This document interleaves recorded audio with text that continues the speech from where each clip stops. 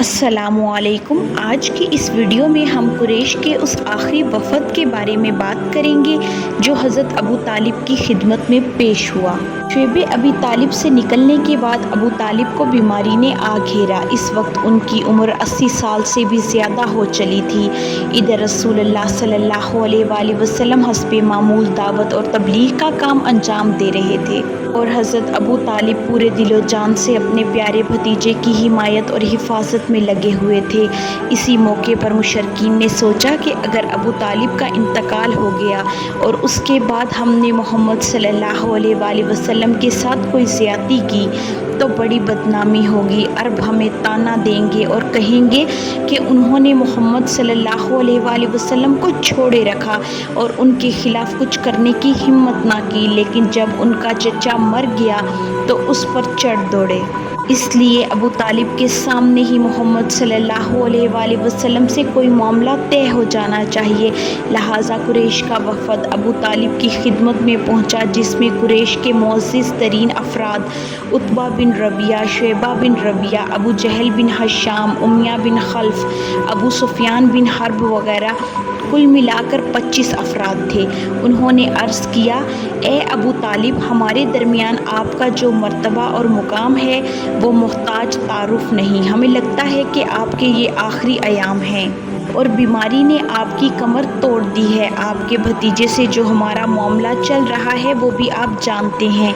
हम चाहते हैं कि आपके सामने हमारे मामले तय हो जाएं। लिहाजा आप अपने भतीजे को बुलाएं और उनके बारे में हमसे कुछ अहद व पैमान लें और हमारे बारे में उनसे अहद व पैमान लें और हमको हमारे दीन पर छोड़ दें और हम उनको उनके दीन पर छोड़ दें।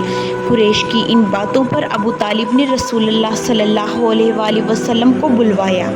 आप सल्लल्लाहु अलैहि वसल्लम से कहा, भतीजे, ये तुम्हारी कौम के मुअज़्ज़िज़ लोग हैं और तुम्हारे लिए ही मेरे पास आए हैं।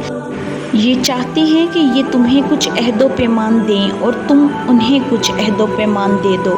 इसके बाद अबू तालिब ने आप सल्लल्लाहु अलैहि वसल्लम से कुरैश की पेशकश का ज़िक्र किया।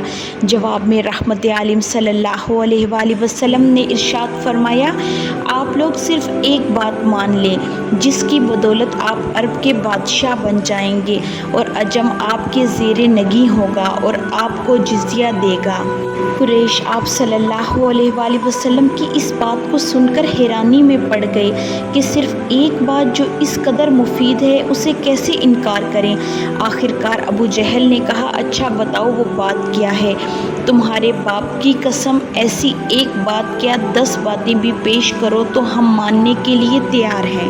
आप सल्लल्लाहु अलैहि वसल्लम ने कहा, आप लोग सिर्फ़ ला इलाहा इल्लल्लाह कहें और अल्लाह के सिवा जो कुछ पूछते हैं उसे छोड़ दें। इस पर कुरैश तालियां पीटने लगे और कहने लगे कि मोहम्मद सल्लल्लाहु अलैहि वसल्लम, तुम चाहते हो कि सारे खुदाओं की जगह एक ही खुदा बना लें।